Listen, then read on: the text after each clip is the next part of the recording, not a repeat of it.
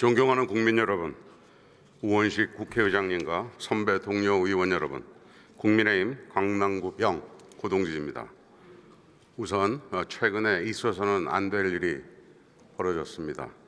고 김한을 향해 명복을 빌고 유족분들에게도 깊은 위로의 말씀을 드립니다.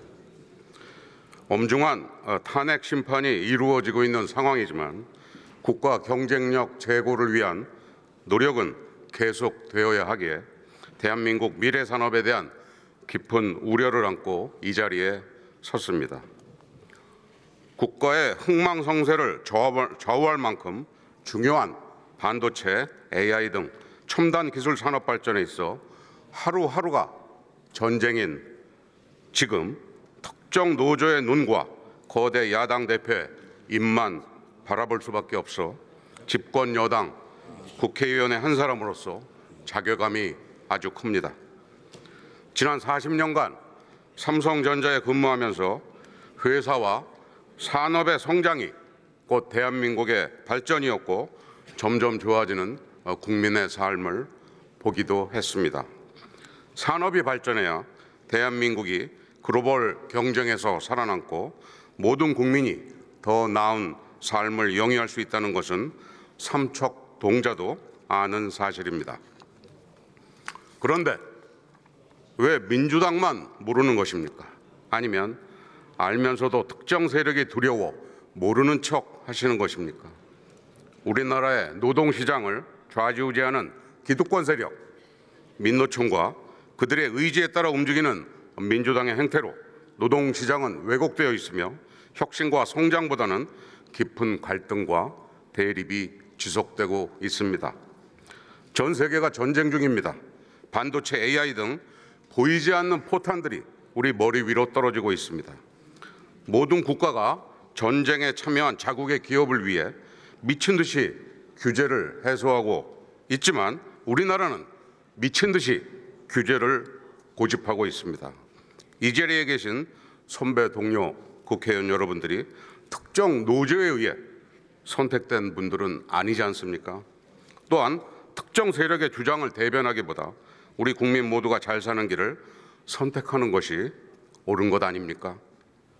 산업 경쟁력을 강화하기 위해 필요한 노동 개혁과 규제 완화가 민주당과 민노총의 반발 앞에서 번번이 무산된다면 대한민국의 미래 세대는 암울한 현실을 맞이하게 될 것입니다. 저는 오늘 대정부 질문이 말만 하는 정치의 수단이 아니라 진정으로 국민을 위한 AI 시대의 미래를 준비하는 뜻깊은 자리가 되길 바라며 질의를 시작하겠습니다.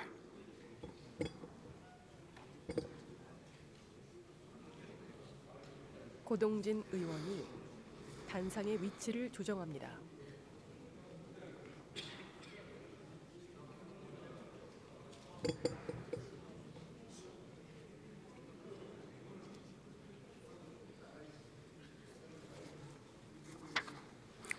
산업통상자원부 장관님. 안덕근 산업통상지원부 장관이 단상 앞에 섭니다. 장관님, 국민의힘이 추진하고 있는 반도체 특별법상 주 52시간 예외 적용에 대한 정부의 입장과 의지가 어떻습니까? 지금 우리를 턱 밑까지 쫓아와 있는 중국과 경쟁을 해야 되는 상황이고 지금 기술 경쟁에서 저희와 첨예하게 지금 경쟁하고 있는 미국이나 일본, 대만의 상황을 생각을 해볼 때 이 지금 반도체 특별법은 반드시 통과를 시켜야 되고 지금 52시간 예외에 대해서도 좀 융통성 있는 제도를 만드는 것이 지금 굉장히 절박한 상황입니다. 현재 근로기준법에 선택, 탄력, 재량, 특별 연장 포함 4가지 유연 근무 제도가 있죠. 하지만 이 제도들이 반도체 연구개발 현장에서는 현실적으로 부합되지 않거나 활용하는 데 여러 애로점이 있는 거 알고 계십니까? 네, 지금 유연 근무제를 통해 가지고 여러 가지 좀 유연한 부분도 좀 있습니다만은 지금 현재 우리 반도체 산업계는 이게 우리 산업계에서 정말 절박한 그 융통성 있는 근로시간 확보하는데 충분치 못하다고 생각을 하고 있고 그래서 지금 이번에 꼭 반도체 특별법을 통과시켜주기를 저한테 절실하게 요청을 하고 있는 상황입니다. 중요한 게 이 개발자가 충분한 연구 개발을 할 수 있도록 자율적으로 근로 시간을 조정할 수 있게 해주자라고 하는 취지고, 거기다가 전체 근로자도 아니고 반도체 연구 개발 인력 중에 상위 5%에서 10% 고소득자에게 건강보호 조치와 추가 근무 시간에 대한 충분한 보상을 전제로, 또 근로자와 합의하에 주 52시간 적용을 예외로 하자라고 하는 취지가 맞죠? 그렇습니다. 이러한 반도체 특별법을 민주당이 반대하는 건 글로벌 반도체 산업 경쟁에서 그냥 백기 들고 투항하자는 뜻으로밖에 저는 해석되지가 않습니다. 지금이라도 반도체 고급 연구개발 인력들에 한해서 근로시간 족쇄를 풀어야 된다라고 생각을 합니다. 어떻게 생각하십니까? 우리나라에서 저희가 지금 근로 환경이나 근로 조건을 이번에 뒤집자는 게 절대 아닙니다. 말씀하신 것처럼 전 세계적으로 가장 치열하게 지금 그 경쟁을 하고 있는 이 첨단 산업, 특히 우리나라 경제의 가장 핵심적인 이 반도체 산업의 경쟁력을 유지하기 위해서 좀 더 융통성 있는 근로 조건을 만드는 데 있어서 우리 국회가 같이 좀 합심을 해주셨으면 하는 게 저의 바람입니다. 다음 주 월요일 그 반도체 특별법 법안 소위가 있는데 장관님 이름을 걸고 반드시 협조를 해서 이 법이 통과될 수 있도록 당부를 드립니다. 네, 의원님들께 더 저희가 소통과 교감을 더 충분히 하도록 하고 필요한 부분은 더 설득하고 설명드리도록 하겠습니다. 덧붙여가지고 AI와 관련해서 그 질문을 좀 드리겠습니다. 네. 지난해 12월에 그 AI 기본법이 제정됐는데 AI 산업의 진흥과 어떤 발전적 측면에서 다소 아쉬움이 있다라고 하는 그 현장의 목소리가 들립니다.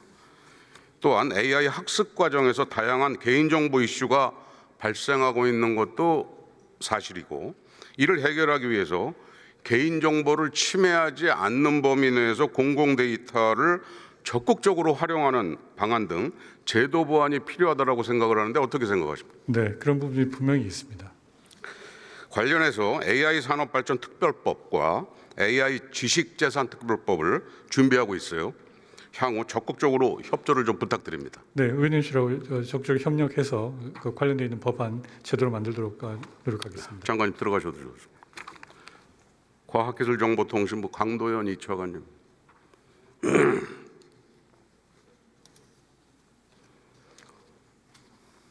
과학기술정보통신부 제2차관 강도현 장관이 답변자. 우리나라가 AI 강국으로 도약하기 위해서 GPU와 같은 고성능 컴퓨팅 인프라가 필수 요건이죠. 네, 그렇습니다. 따라서 국가가 AI 개발을 위한 인프라를 가능한 대규모로 확보하고 중소 중견기업, 스타트업 그리고 대학 공공기관 등 AI 인프라가 부족한 연구 현장에 GPU를 시급히 공급하는 게 무엇보다도 중요합니다. 동의하십니까? 네, 동의합니다.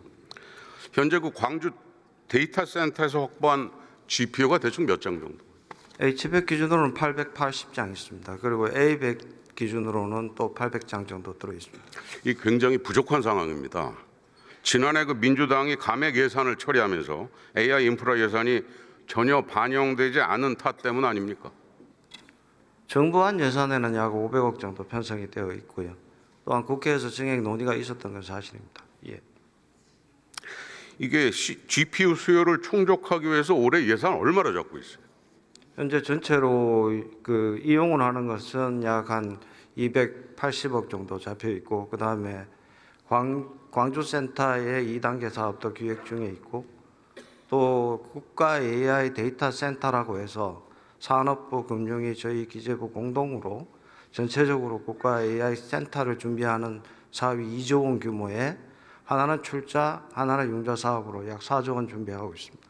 이게 예산 확보한다고 끝이 아니고 확보된 예산으로 GPU 구매한다고 해도 일단 물리적 시간이 필요하고, 이게 예산 테러로 인해 가지고 꼬여버린 그 GPU 도입 일정을 회복하려면은 GPU 구매 시작과 동시에 당장 필요한 GPU는 임차로 도입하는 투트랙 방식이 현재 필요한 상황이죠. 예, 현재 적극적으로 관계 부처들이랑 준비하고 있는 국가 AI 센터들을 적극적으로 유치하고 그 이후에 다양한 방법도 고민을 하겠습니다.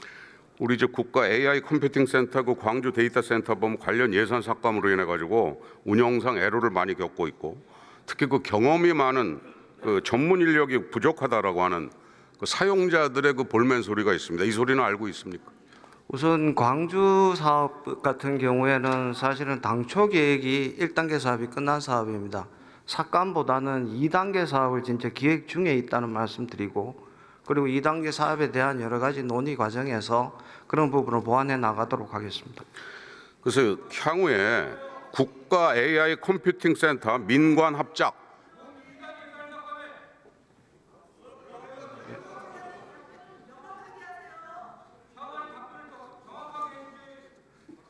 1단계 사업은 2024년까지 계획되어 있었습니다. 그래서 1단계 사업은 이제 5년간 정리가 되고 2단계 사업을 현재 기획 중에 있어서 관계기관과 협의하고 있다는 말씀드립니다.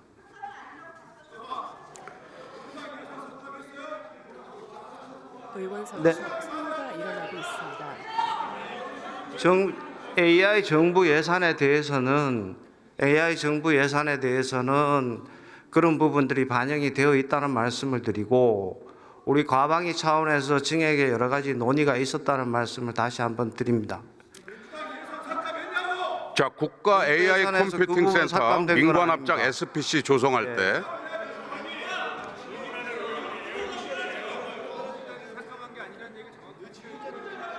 계속해서 의원석에서 현재 정부안에 대한 내용에 있어서가 아니고 그 다음에 논의를 하다 중단됐던 사실이 있는 것은 맞습니다. 예.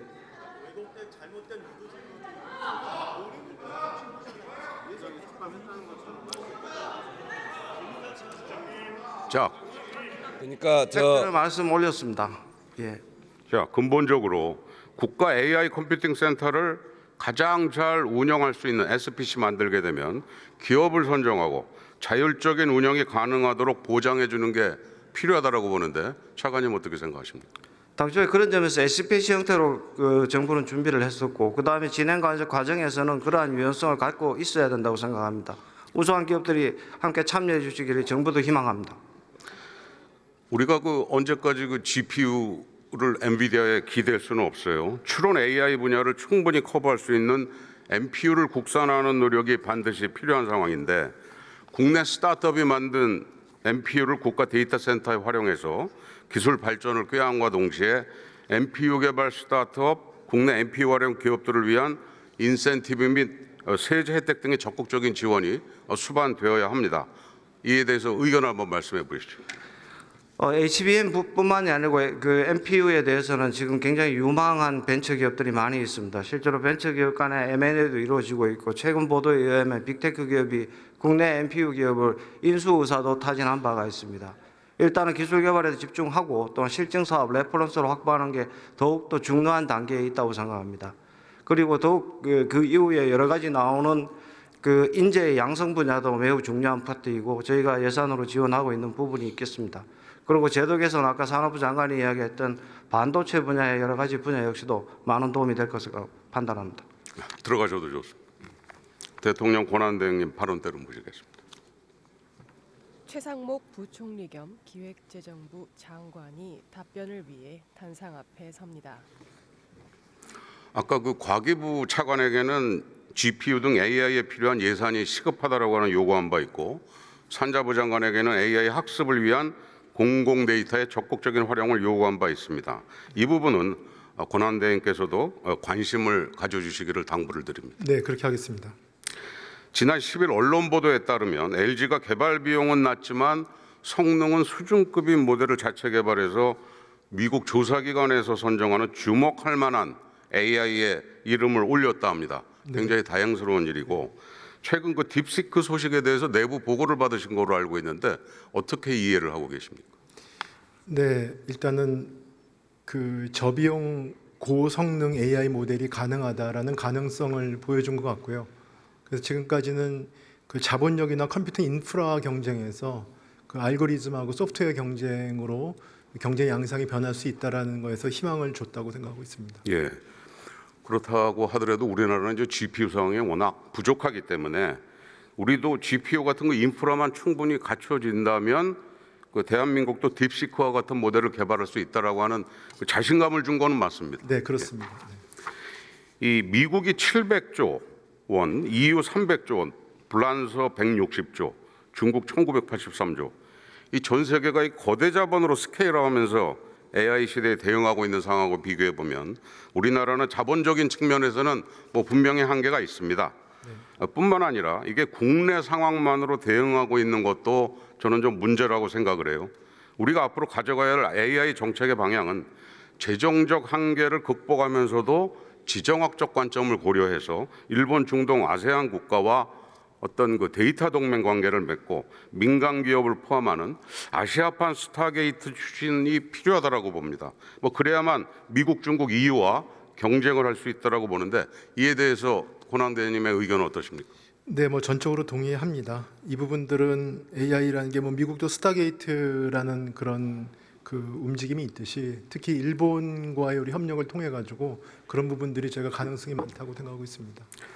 아울러 향후에 그 예산 편성할 때 가장 시급한 그 GPU 등 AI 인프라 예산을 최우선적으로 반영해 주시기를 간곡히 당부를 드립니다. 네, 유념하겠습니다. 권한대행님, 그 AI 기술도 결국 뭐 아까 말씀하셨지만 사람입니다. 네, 인재 육성과 인재 확보가 가장 큰 경쟁력이라고 하는 점에 대해서 동의하시죠? 네, 그렇습니다. 하지만 지난해 스탠포드 대학이 그 발표한 AI 인덱스 보고서를 보면 한국은 세계에서 세 번째로 AI 인재 순유출이 많았습니다. 미국과 중국 등은 인재 육성을 위해서 어마어마한 국가적 투자를 하고 있는데 우리는 사실 아직 많이 부족한 상황입니다. 우리도 해외 유학비를 지원받는 조건으로 국내 AI 기업에 근무하도록 하는 뭐 AI 해외 유학 장학 제도를 신설한다든가 외국인 AI 고급 인류 유치를 위한 특별 비자, 그다음에 AI 전문 인력에 대한 병역 특례 확대, AI 고급 인력 유출을 막는 한편 우수 인력을 국내로 유인할 수 있는 전향적인 어떤 정책 검토가 굉장히 좀 필요하지 않나 이렇게 생각이 듭니다.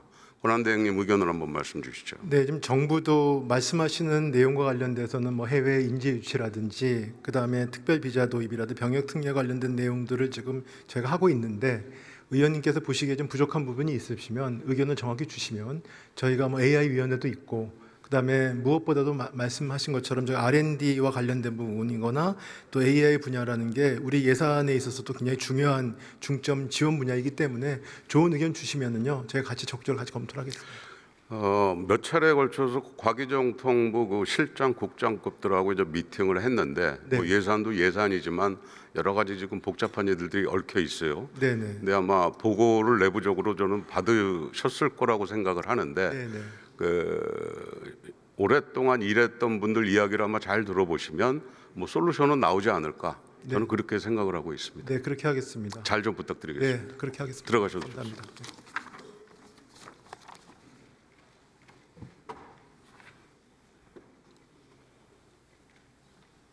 국민의힘 고동진 의원이 단상의 위치를 의원석을 향해 조정하고 있습니다.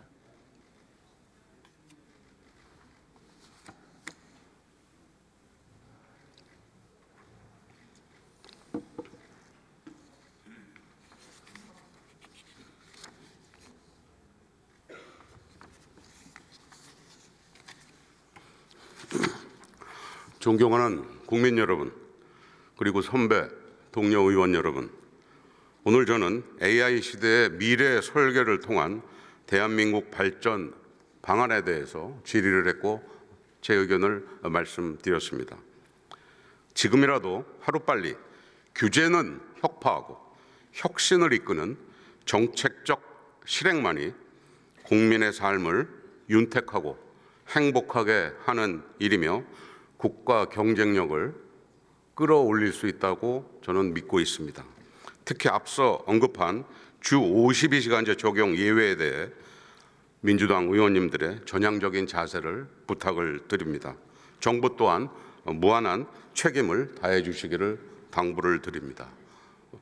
동료 선배 의원 여러분들 경청해 주셔서 감사합니다. 국민의힘 고동진 의원이 질문을 마치고 연단에서